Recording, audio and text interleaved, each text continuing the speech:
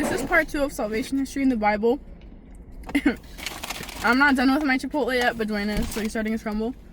And we're talking we're talking about Noah's Ark.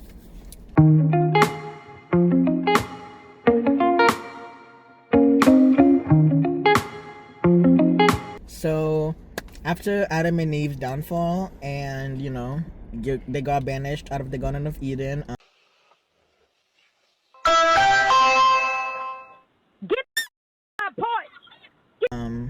And they had to live their own life. They got children, and their children got children. So, this is a couple. It's some time forward, time skip. We're now in Noah's time, and God looked at the earth, and he was so disappointed, Your disappointment. There is so much sin, and he did not want life to look like this. So then he sends Noah to build this massive boat. If you guys have seen the cruise ships, is that the Royal Caribbean or something? Yeah, Carnival. Carnival, that thing is massive. And I will have to guess they must have been the same size. If not, maybe the Caribbean being a bit bigger, or Noah's Ark being bigger. And everybody thought Noah was crazy for building the ark. Yes. Because they were like, what do you mean a flood's coming? There's not going to be a flood. I mean, yeah, and they were kind of in a dry place, so I mean, you can really judge them for thinking that, but still, he had a message from God to build this boat to save animals, and the instructions were to take 2 pairs, a pair of each animal. Yeah, a male and a female of every animal.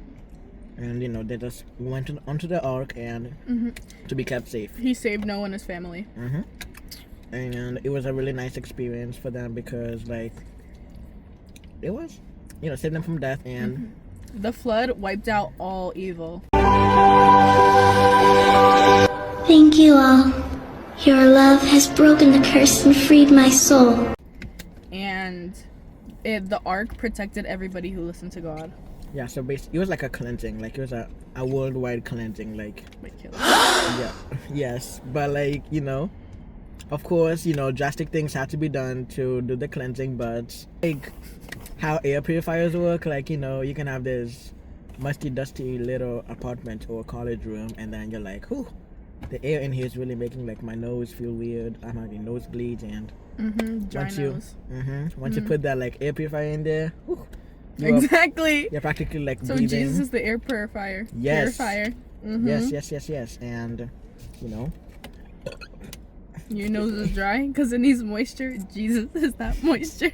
Yes. That story of the girl that had 5 husbands, and then she was like, oh, aren't you disgusted by me because I've had 5 husbands? And he's like, and he's like, no, girl. And then and she washed his feet. Exactly. And dried them with her hair. That's really And then she's good. everybody come see this man who's told me everything I've done. And she was shocked that he wanted a drink of water from her because everybody considers her to be dirty just because she's had 5 husbands. Yeah, so really shows how Jesus is good. He does not just, see things as they are, but he also sees them as waiting opportunities to change and grow and mature. So he doesn't just leave you as is. He knows that you are practically a project in construction that's gonna be an A+ grade worthy project when it is completed. And so back to Noah's Ark story. This little cleansing of earth, I'm sure it was traumatic. The rain, it started off as rain, and then I think water just came out of the ground. Probably water trapped underground. And Noah was in the ark for a year and 10 days, which is longer than some people date. Yeah, that is low-key shocking. I mean, I know I cannot survive. Ooh, low-key's giving quarantine vibes. Quarantine vibes. I mean, I know it was practically it was really bad. I was stuck in the house, not able to go anywhere. It started off hey, you got 2 weeks of school because of some random virus, and next thing we know, we're gonna be staying in this house for a year because Exactly. we need to contain the virus and not get more people infected. So And Noah That's a really was long in that time. ark with hundreds of animals for an entire year. yes. And it really showed how much he had faith in God. Like I know if I was stuck with an ark of animals, and I mean I guess I have my family members, that's cool, but I can't really interact with anyone else apart from the animals. Like I can be like Snow White, an animal whisperer. I'm sorry, like whistling. Mhm. Okay. Let's cut that off. But imagine like all of NDA, it was engulfed in water because God was cleansing the earth. So Question: what does the story teach about God's justice and mercy, and how does that continue through salvation history? God has a lot of mercy. Like He saved Noah and his family, yes, and also animals, but and he gave them mercy, even though the rest of humankind was being pretty sinful. yeah, like I mean, he's better than a lot of people who will have probably done worse. Exactly. Like he will not, like some people on this world will not even like try to look at options of forgiveness. Like you did this, you deserve execution.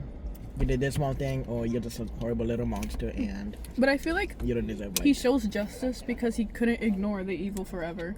Yeah, like things that got into so much of an extent that that he just had to like do a restart and cleanse the world of sin and try to start afresh because he had just gotten like way south of how he planned like world would be. Like he already knew like sin was on earth, and I guess he kind of had it like contained a bit, and it wasn't as bad. Like his justice like confronts sin face to face, but his mercy offers a path back into life, which is ultimately fulfilled through Christ's. Sorry, there's a guy outside. Which is fulfilled through Jesus Christ's death and resurrection. For like 40 days, Noah opened the window and like sent out a raven to like check whether the water had gone down. Okay, I don't. That's Alex's cousin. Oh my god. It could be his babe, I don't care.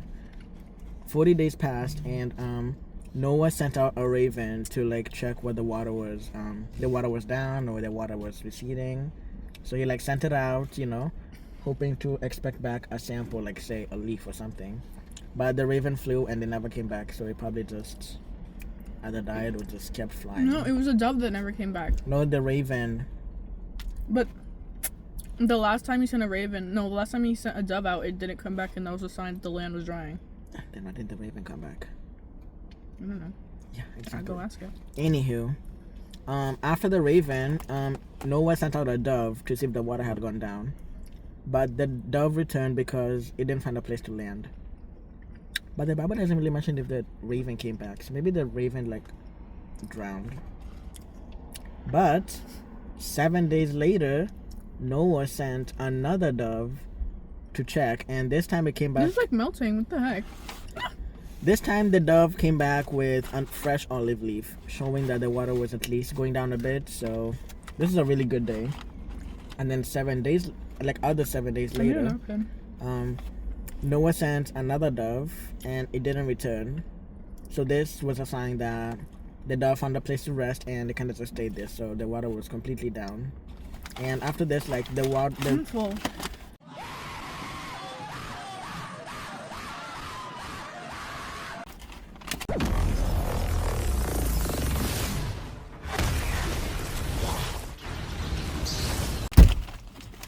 the ark had landed on Mount Sinai, I believe, Mount Sinai, and it kind of just rested there, and everyone else like got off the ark, and it was a really like wholesome moment because Earth was back to a sinless place, and there was no one in this family, so this was really nice. And God put out a rainbow to like show that he will never like How do you think this connects to Okay. salvation history? Hmm? How do you think this connects to salvation history in the Bible? well, this shows how God can free us of our sins and if you're on the right path, you can like stay alive and saved, you know. So. Exactly. He saved Noah and his family. And then a rainbow was to put out as a promise that, you know, he'll He not would never. do it again, like flood the earth. So, of course, we've had floodings before, but it's not as bad as Noah's time. Yeah. So that's not really bad, but yar. Bye. We hold